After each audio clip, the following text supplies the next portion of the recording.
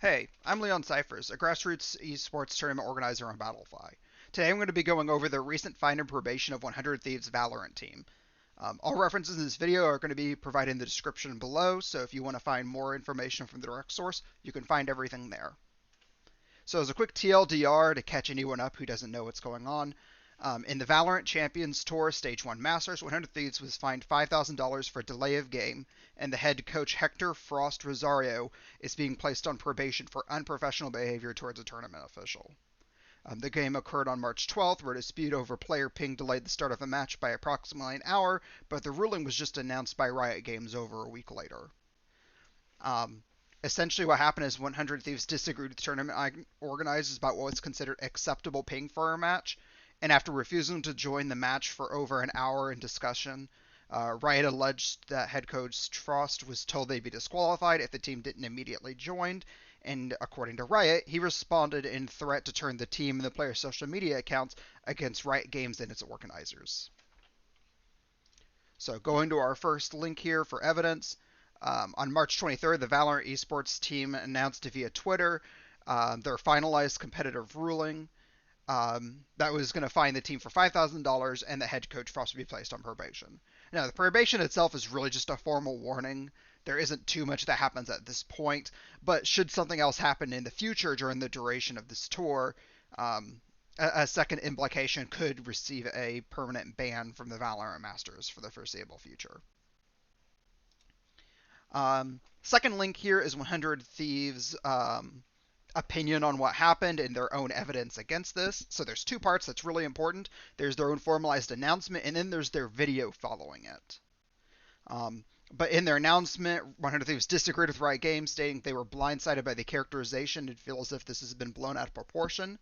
And they stated that Riot Games is being inconsistent with its rulings, citing a recent game against TSM as an example where 100 Thieves didn't receive the same output that they received in this match. Of course, a link to this tweets can be found below. In the bottom tweet, 100 Thieves even produced video evidence against the interaction. And this is the really interesting part here. We're not going to watch the full video. It's only 4 minutes, so it's not that long. But if you want to find it, you can go find the video yourself below. But yeah, it's really interesting because it really contradicts what Riot has claimed. The video shows the coach didn't actually make any reference to social media as Riot originally said, pretty much debunking their own threat. But since saying this, 100 Thieves has already paid the fine, and they want to move on, but they're still openly supporting their coach in these events. Finally, oh, excuse me. And then following this, Frost has also had his own tweets on Twitter, which you can go find him at Frost versus You to seek his kind of like formalized opinions on the matter. But the final part of this is that Riot has updated their original statement. So if you go to the first link, it's already updated, as I said. Pretty much Riot's now stating that they had 3 independent witnesses providing testimony of Frost's statements, and when discussing it with him in private, Frost even admitted to threatening the Riot team, which goes against the video that they recently showed.